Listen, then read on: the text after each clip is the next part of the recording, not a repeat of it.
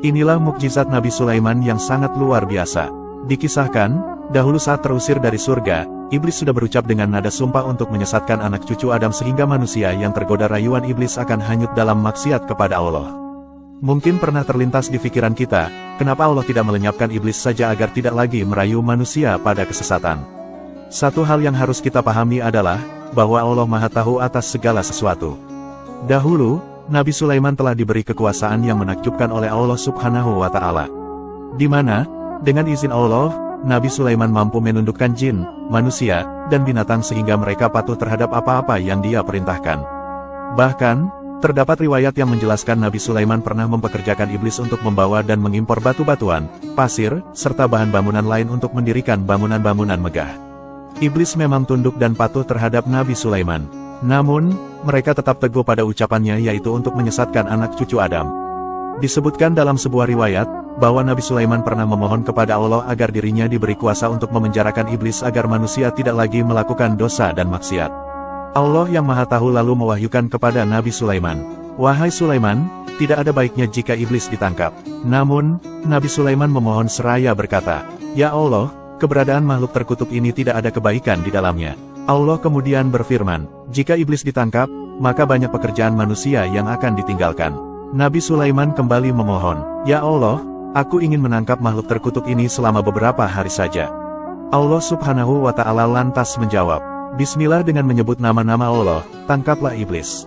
Setelah mendapat izin Allah, Nabi Sulaiman kemudian menangkap iblis, mengikat, dan memenjarakannya agar tidak ada lagi yang menyesatkan manusia.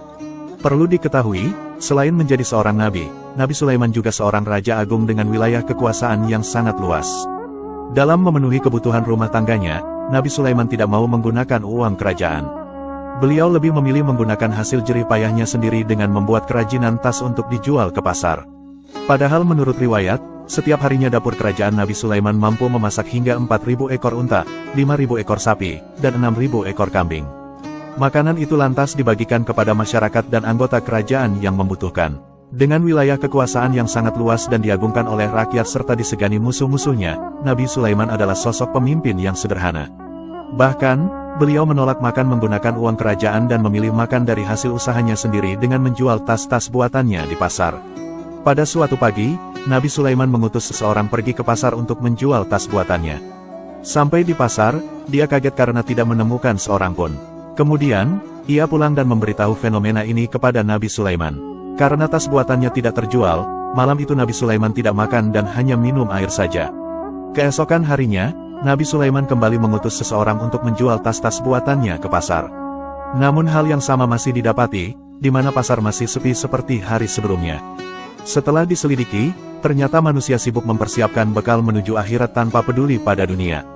Manusia lebih banyak mengingat kematian, menangis dan meratap. Merasa heran pada fenomena tersebut, Nabi Sulaiman lantas bertanya kepada Allah, "Ya Allah, apa yang sebenarnya telah terjadi? Kenapa orang-orang tidak bekerja mencari nafkah?"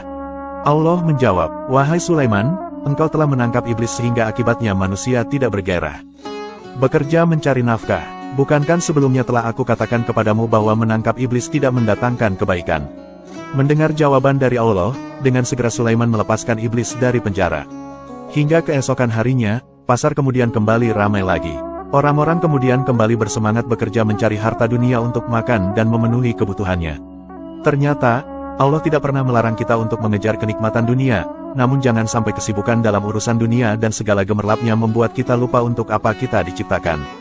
Ya Allah, semoga kita semua menjadi orang-orang yang beruntung di dunia dan di akhirat. Amin.